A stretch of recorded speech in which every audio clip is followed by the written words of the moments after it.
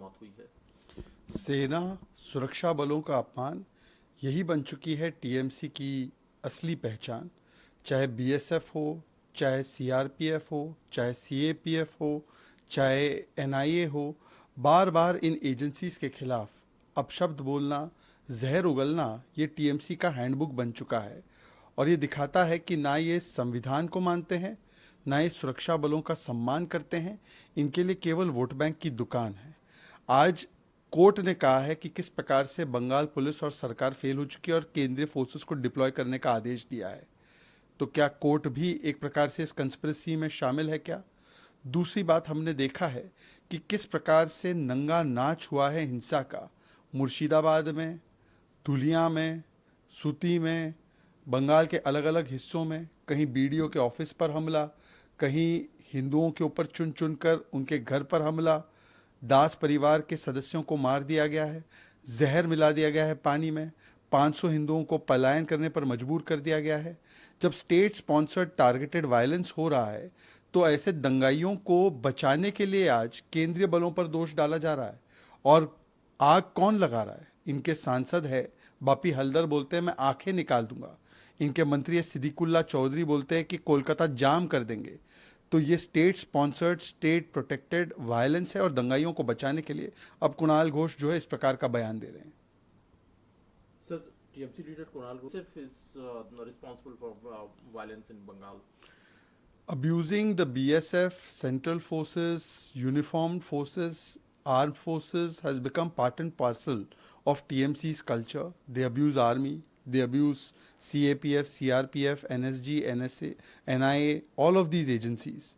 And this has become their handbook. The court has said that the Central Force should be deployed in Murshidabad because they have no faith in the Bengal police.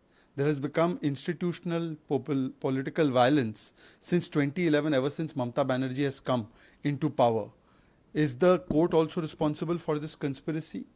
This is only being done to protect and defend the rioters, because we know that this is state-sponsored violence, state-sponsored targeted attacks on Hindus are taking place. They are being forced to leave and go into exodus. We are seeing the attacks on temples. We are seeing the manner in which 500 people had to do exodus. We have seen the manner in which members of the Das family were killed. On the other hand, the rioters are being given free hand by the Bengal government. And in fact, the TMC MP Bapi Haldar is himself promoting violence, saying, I will gouge out the eyes of people. We are seeing that Siddiqullah Chaudhary, a minister himself, is inciting people. So to defend the rioters, now the TMC is blaming the central forces. Sir, है कि कर्नाटक में वो वक्त कानून नहीं लागू करेंगे। बंगाल में ममता बनर्जी पहले कह चुकी हैं। झारखंड में भी एक मंत्री वो भी कह रहे हैं कि केंद्र का कानून यहाँ लागू नहीं होगा। देखिए, आज बाबा साहेब आम्बेडकर जी की जयंती है और जो लोग आम्बेडकर जी का नाम लेते हैं, जो संविधान के रक्षक बनने का दावा करते हैं, वो दरअसल संविधान के सबसे बड़े विरोधी और भक्षक कैसे हैं, इसका प्रमाण तब मिलता है जब ज़मीर अहमद खान बोलते कर्नाटका में केंद्रीय कानून लागू नहीं होगा, इरफान अंसारी बोलते झारखंड में लागू नहीं होगा, तमिलनाडु ने भी रेजोल्यूशन पारित किया है, बंगाल में भी बोलते हैं कि ये कानून लागू करने नहीं देंगे। क्या केंद्रीय कानून राज्यों में लागू नहीं होगा? ये संविधान के साथ है, संविधान के खिलाफ है, आम्बेडकर जी के विचारों के खिलाफ है, आम्बेडकर जी के विचारों के साथ है।